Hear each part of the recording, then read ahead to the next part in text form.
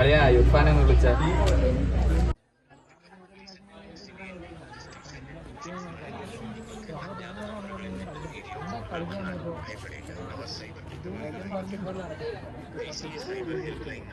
എന്തോ നിലയായി അത്യാവശ്യം വിളിച്ച കോളും പോകൂല.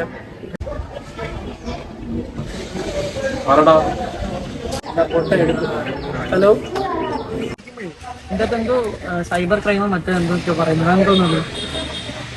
അതെ, നിനക്കെന്ന് ഓർമ്മയില്ലേ ബിലാലിനെ സംഭവിച്ചത്?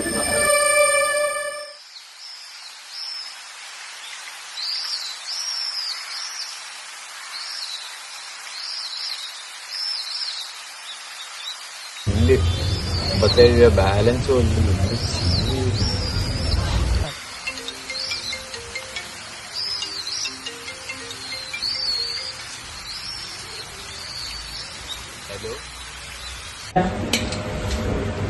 ഹലോ, ഇത് ബിലാൽ അല്ലേ? നമ്മൾ ABC ബാങ്കിൽ നിന്നാണ് വിളിക്കുന്നത്. നിങ്ങൾ അപേക്ഷിച്ചൊരു ലോൺ അപ്രൂവ് ആയിട്ടുണ്ട്. 5 ലക്ഷം രൂപയുടെ ലോണാണ്. അപ്പോൾ അതിന്റെ ഭാഗമായിട്ട് ഒരു പ്രോസസിംഗ് ഫീ വരുന്നുണ്ട്. 17,000 രൂപയാണ്. അത് വളരെ ചെറിയൊരു എമൗണ്ട് ആണ്. ഈ ലോൺ നിങ്ങൾ വെറും 5 ലക്ഷത്തിനുള്ളിൽ അടച്ചു തീർത്താൽ മതി സാർ. അപ്പോൾ നിങ്ങൾക്ക് സംബന്ധിച്ചിടത്തോളം ഇത് ഭയങ്കര ലാഭമാണ്. അതൊരു 2 ദിവസത്തിനുള്ളിൽ ഈ പേയ്മെന്റ് നിങ്ങൾക്ക് ക്രെഡിറ്റ് ആവും. 17,000 രൂപയാണ് വരുന്നത്. അതൊന്ന് ഇന്ന് തന്നെ പേ ചെയ്യണം. ഓക്കെ. ചെയ്തേക്കാം. നീ പൈസ എവിടെ നിന്ന് ഒപ്പിക്കും? 17,000 രൂപ. ഹലോ, ഇത് നേരത്തെ വിളിച്ച ABC ബാങ്കിൽ നിന്നാണ്. അപ്പോൾ സാർ അയച്ച 17,000 രൂപ ഇവിടെ ക്രെഡിറ്റ് ആയിട്ടുണ്ട്. ബട്ട് ഈ ലോൺ അടയ്ക്കുന്നതിന്റെ ഭാഗമായിട്ട് ഒരു ചെറിയ ട്രാൻസാക്ഷൻ ഫീ കൂടെ വരുന്നുണ്ട്.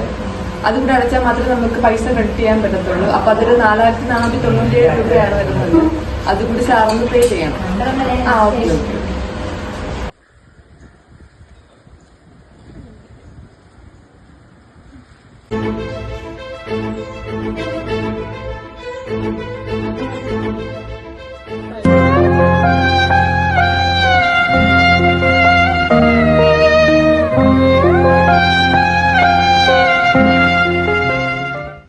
എന്നിട്ടെന്തായി കോപ്പ്? അവന്റെ പൈസ പോയി. ഇപ്പോ ഇതുപോലെ ഒരുപാട് സൈബർ തട്ടിപ്പുകൾ നടക്കണുണ്ട്. OTP ചോദിച്ചാൽ അവര് ഓരോ വ്യാജ കാളുകൾ വിളിക്കും. ഇതൊക്കെയാണ് ഇപ്പോഴത്തെ ട്രെൻഡ്. ഇതിനെ പറ്റി അറിവില്ലാത്ത കുറെ പേരുണ്ട്. IT ഫീൽഡിൽ വരെ ഇങ്ങനത്തെ ഇതിൽ ആൾക്കാർ വീഴുന്നു പോകാറുണ്ട്. ഇങ്ങനെ ബാങ്കിൽ നിന്ന് പറഞ്ഞിട്ട് പോലീസാണെന്നും പറഞ്ഞിട്ട് ഓരോ വിളിച്ചാലും പേഴ്സണൽ ഇൻഫർമേഷൻസ് പറഞ്ഞു കൊടുക്കരുത്. ബാങ്കിന് ഒരിക്കലും ലോണിന് വേണ്ടി അവർ ഓൺലൈൻ ട്രാൻസാക്ഷൻ ചെയ്യാൻ പറയില്ല.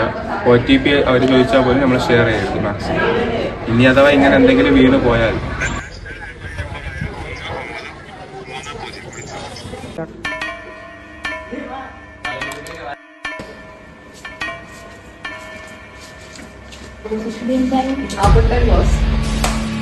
നീ അടുത്തത് ഹലോ. और मैं साइबर क्राइम का शिकार हो गया।